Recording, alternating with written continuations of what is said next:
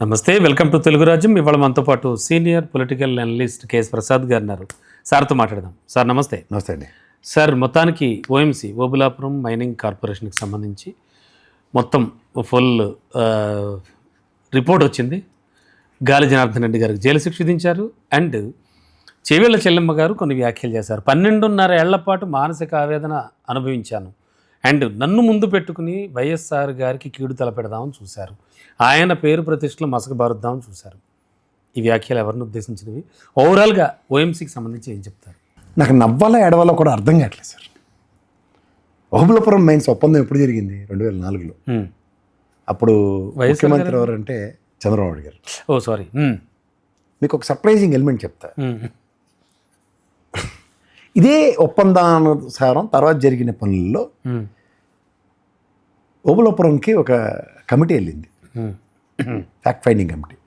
నాగం జనార్దన్ రెడ్డి గారు, పయ్యవల కేశవ్ గారు, మొన్న అతిరథ మహారథులు అందరూ వెళ్తే ఒక పయ్యవల కేశవ్ గారు తప్ప మిగిలిన ఎవరు మిగలలేదు ఆ కమిటీలో, తెలుగుదేశంతో పాటు. ఓకే. ఆ తదంత పరిణామంలో పయ్యవల కేశవ్ గారి మీద కూడా చంద్రబాబు నాయుడు గారికి ఒరిజినల్ ఒపీనియన్ లేదు. ఏమిటి ఒపీనియన్ లేకుండా మినిస్ట్రీ కూడా అయిపోయిందా? ఇచ్చేస్తారా? ఇవే మరి దీర్ఘ సుమంగళి బాబు సినిమా అంటే. తర్వాత వాళ్ళు ఎప్పుడు అధికారంకి వచ్చారు? ఓకే, అదే మళ్ళీ ఇప్పుడు రావడం. ఇప్పుడు కూడా యనమల గారికి వీళ్ళందరికీ నోట్లో మట్టి, అశోక్ గజపతిరాజు గారికి వీళ్ళందరికీ నోట్లో మట్టి కొట్టబట్టి పయ్యవల కేసులు అట్టాడు. ఒకలేనా నాలుగు పెద్ద మనుషులు వాళ్ళు ఉండాలన్న టైప్లో వచ్చాడు తప్ప ఆయన పుష్పించారంటారా? అంతే. సరే, ఇప్పుడు ఫ్యాక్ట్ మాట్లాడుదాం. ఓఎంసీ ప్రభుత్వం చేసిందే విపరీతమైన లాసెస్ వచ్చాయి. ఇదే ఓబులాపురం మైన్స్ గాలి జనార్దన్ రెడ్డికి ఇస్తే విపరీతమైన ప్రాఫిట్లతో మనోడు ఎదిగిపోయిన విధానం. ఈ తెప్పల ఛానల్లో డిబేట్లు అవి ఎందుకు లేవు? బీజేపీ కూడానా? బీజేపీకి కర్ణాటకకి ఆయనే దిక్కు.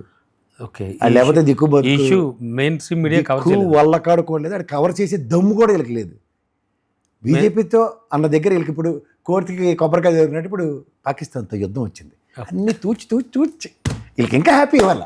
ఓకే, మేము స్టీరింగ్ ఎలా తెప్పాలో అశోక్ లేలాంటి పాత బండిని తెప్పాలని రాక సస్తున్నా ఈ బోర్రతో తెప్పాల జర్నలిస్టులు గలకి నరేంద్ర మోడీ గారు ఎత్తున పాలు పోసారు. పాకిస్తాన్తో వాళ్ళకి తోలు తీసే కార్యక్రమంలో వీళ్ళ తోలు పరిరక్షించబడింది. ఓకే, కానీ మన వాళ్ళకి చాలా మందికి ఆగదు కదా. అవును, రాసేస్తున్నారు జగన్మోహన్ రెడ్డి ఎప్పుడు అని. తేడా కూడా తెలియని ఒక సన్నాసి మేళం అంటారు వీళ్ళని. అందులో ఉన్న శ్రీలక్ష్మి గారికి, ఇంకో ఆయన ఎవరంటే బ్యూరోక్రాటర్ ఆచార్య గారు, గతంలో బీపీ ఆచార్యకి వచ్చింది, ఇప్పుడు రామరాజన్ గారు ఆయనకి కూడా వచ్చింది. సబితమ్మను క్లీన్ చిట్ ఇచ్చారు. ఇడికి గాలోడికి ఒక్కడికి 7 ఏళ్ళు తగలెట్టారు, ఆడితో పాటు ఉన్న తెపేలగాళ్ళందరికీ. మీకు మాట చెప్తా, సోదర సమానుడు అంటాం మాటకి. అవును అవును, ఆడేదో పనికి మళ్ళీ పని చేస్తే ఆడికి నాకు ఏం సంబంధం ఉంటుందండి? సోదర సమానుడు అయినంత మాత్రాన.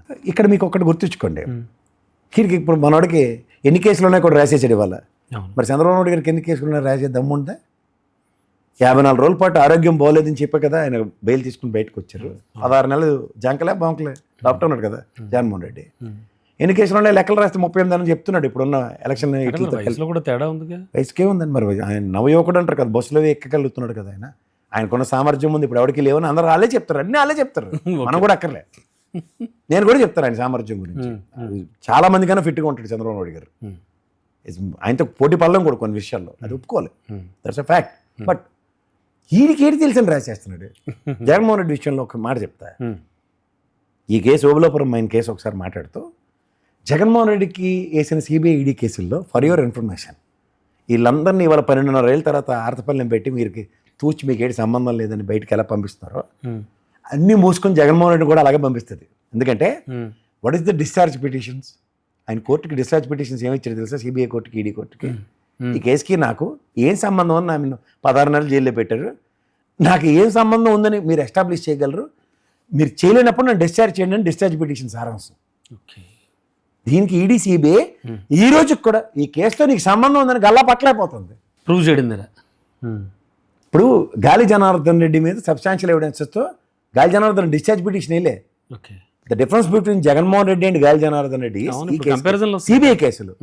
అతను డిశ్చార్జ్ పిటిషన్ వేస్తే ఇదే సిబిఐ ఈడీ నీకు ఈ కేసుతో సంబంధం ఉందని ప్రూవ్ చేయడానికి సబ్స్టాన్షియల్ ఎవిడెన్షియల్ డాక్యుమెంట్ వాళ్ళ దగ్గర ఒకటి కూడా లేదు. దమ్ము ఉంటే దాన్ని first discharge dismissed mister Jaganmohan Reddy. రేపటి నుంచి కోర్టు వాయిదాలు స్టార్ట్ అవుతున్నాయి. వచ్చి ఎందుకు డిశ్చార్జ్ పిటిషన్ డిస్మిస్ అయిందంటే ఈ కారణంతో ఈ ఈ 13 సిబిఐ కేసుల్లో 8-9 ఈడీ కేసుల్లో నీ మీద ఈ అభియోగాలు మోపిన దానికి ఇవి ఎవిడెన్స్ అని చెప్తే ఇప్పుడు మాట్లాడదాం. ఈ తేడా కూడా తెలియనోడు ఆడు జర్నలిస్టు అని రాస్తుంటే మనం భరించాలి. ఇప్పుడు ఈ కేసులో జగన్మోహన్ రెడ్డికి సంబంధం లేదు కాబట్టి ఆడికి రెన్యువల్ బేసిస్ అన్నమాట. ఏంటి రాస్తాడు ఆడు? 38 కేసులు ఉన్నాయి, ఇది ఎలక్షన్ కమిషన్ కేసులతో కలిపేసాడు ఇష్టమే. అవి మరి అమర్ చంద్రబాబు గారి మీద ఎన్ని ఉన్నాయి? అవి కోకలు ఉంటాయి ఎవరి మీద 99, 2000, 2001 వరుసలో వేలం పాటలు పాడినట్టు పాటలు ఇప్పుడున్న కాంగ్రెస్ లో శంకర్రావు గారు ఒకటే ఈ మీద పెట్టాడు జగన్మోహన్ రెడ్డి మీద. వీళ్ళ మీద ఎంతమంది పెట్టాడు? డిఎల్ రవీందర్ రెడ్డి, రాజశేఖర రెడ్డి గారు, లక్ష్మీపార్వతి, ఎన్ని పేర్లు చెప్పాలి? నీ స్టేల్ మీద స్టేటస్ కోలే ఉన్నాయి, ఏంటి చెప్పాలా?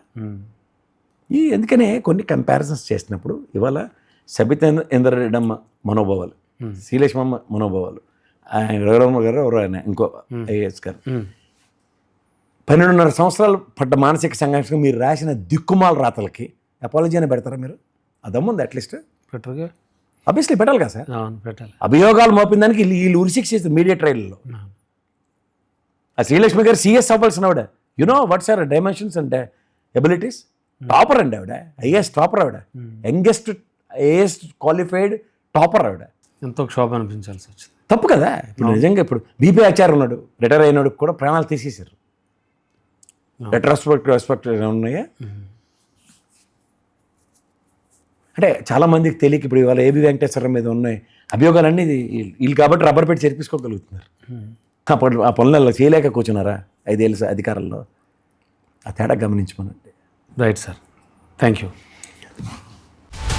హలో, తెలుగు రాజ్యం ఛానల్ చూస్తున్నారా?